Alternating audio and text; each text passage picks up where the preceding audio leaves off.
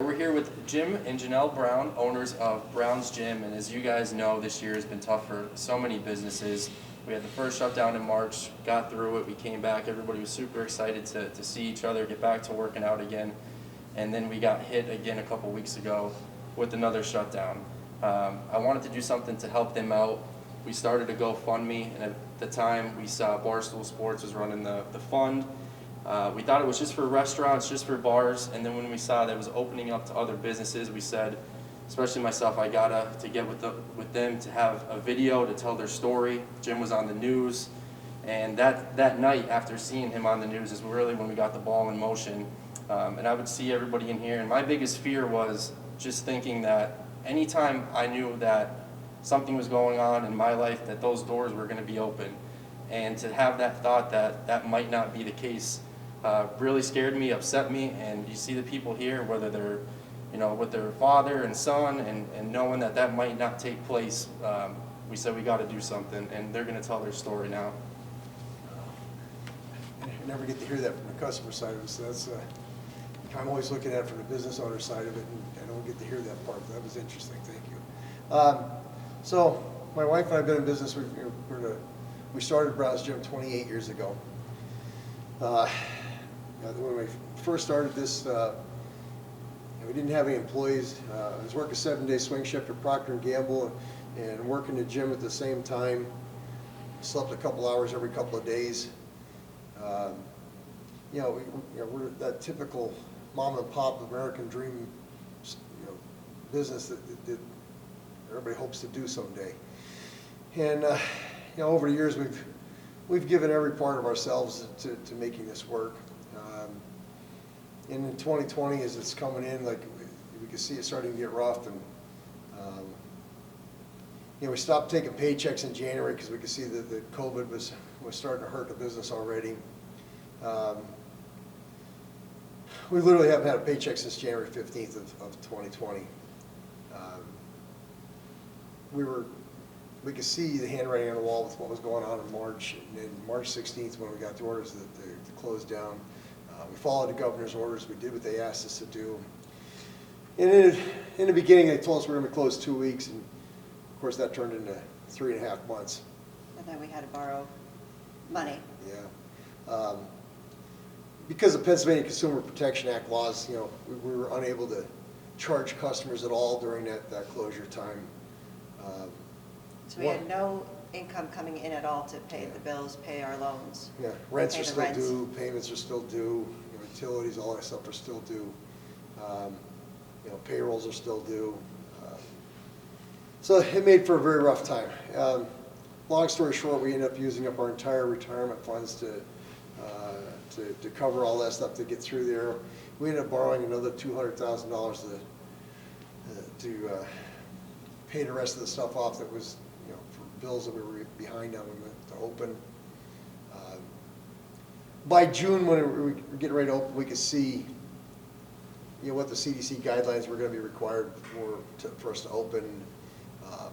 We removed about half of our cardio equipment so we could space out the remaining stuff to 8 foot on centers, front to back, side to side, keep everybody away from each other, socially distance them correctly. Did the same thing with our weightlifting stuff. Took the time to get all the equipment repadded and revinyled, repainted all the walls. I literally spent 2 weeks in the roof blowing the dust out of the ceiling to make sure this place was spotless when we opened it up.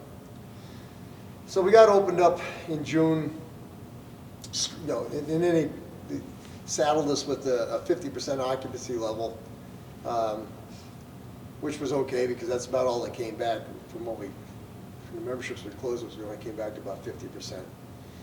We struggled through all the fall season, and in November they required us to start face masking everybody. And again, we didn't try to buck the governor's request on. We went through within 15 minutes of those guidelines being issued on TV. We had face masks on everybody. Tried to follow all the rules here, and they shut us down a second time in December. And we were still in the red the whole time. Yeah. There was no, we didn't, we never came out of the red from the March closure. Yeah. So this whole time, we're just trying to pay bills as they come in and paying what we can to other places and. Yeah. So we managed to get through the fall, and When he closed us again, we were closed a week, and yeah. we sat down and Monday this week before Christmas, we'd already talked to our senator, congressman, our state representatives, and all of them told us the same answer: there's no help coming whatsoever. We talked to the banks; they could get us down to interest only for a couple months. That would have been a help. But the landlord, who's in the same exact boat we're all in, he couldn't help us with anything more. meanwhile, we're having text messages and phone calls and, hey, can we get in there? We're stressed out. I'm not doing well mentally. I need to work out. Yeah. And so we actually had some keys made up and gave them to some of the doctors and Doctors or police officers. a couple clients that we knew really needed to, work off their stress, and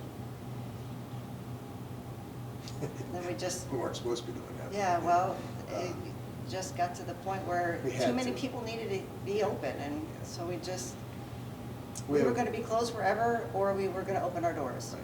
So we opened our doors. So Monday afternoon, we made the decision to open.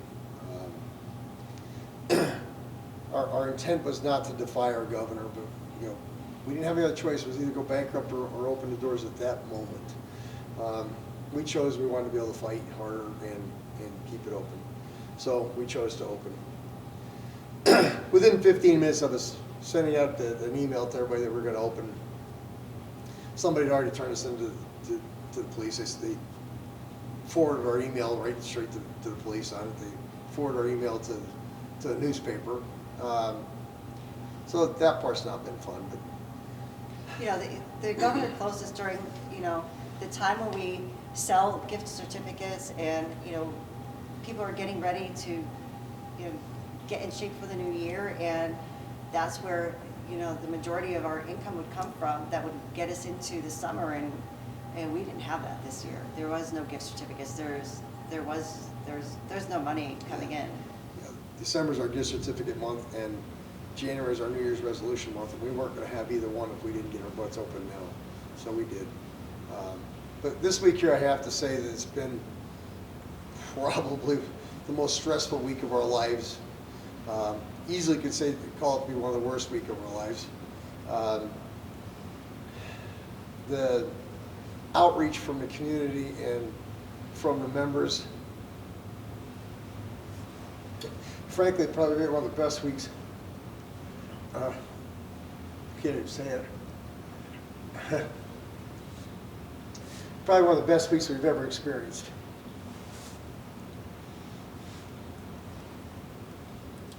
Tuesday morning, I was driving to work. I was by myself, and I just said a little prayer to God. I said, "Geez, all I want to do is not get arrested today." I didn't get arrested on Tuesday, which was awesome, but I never expected that the help of the members, the support of the members, and But unfortunately, it's just not enough. yeah, at the moment it's not quite enough to help us all the way out yet, but it certainly put the will back in us that we wanted to continue fighting to make this successful again. We've been in business for 28 years, and I'd like to put another 10 or 15 years in yet. I never had intentions of not doing this until I was ready to retire. I'm not ready to retire yet.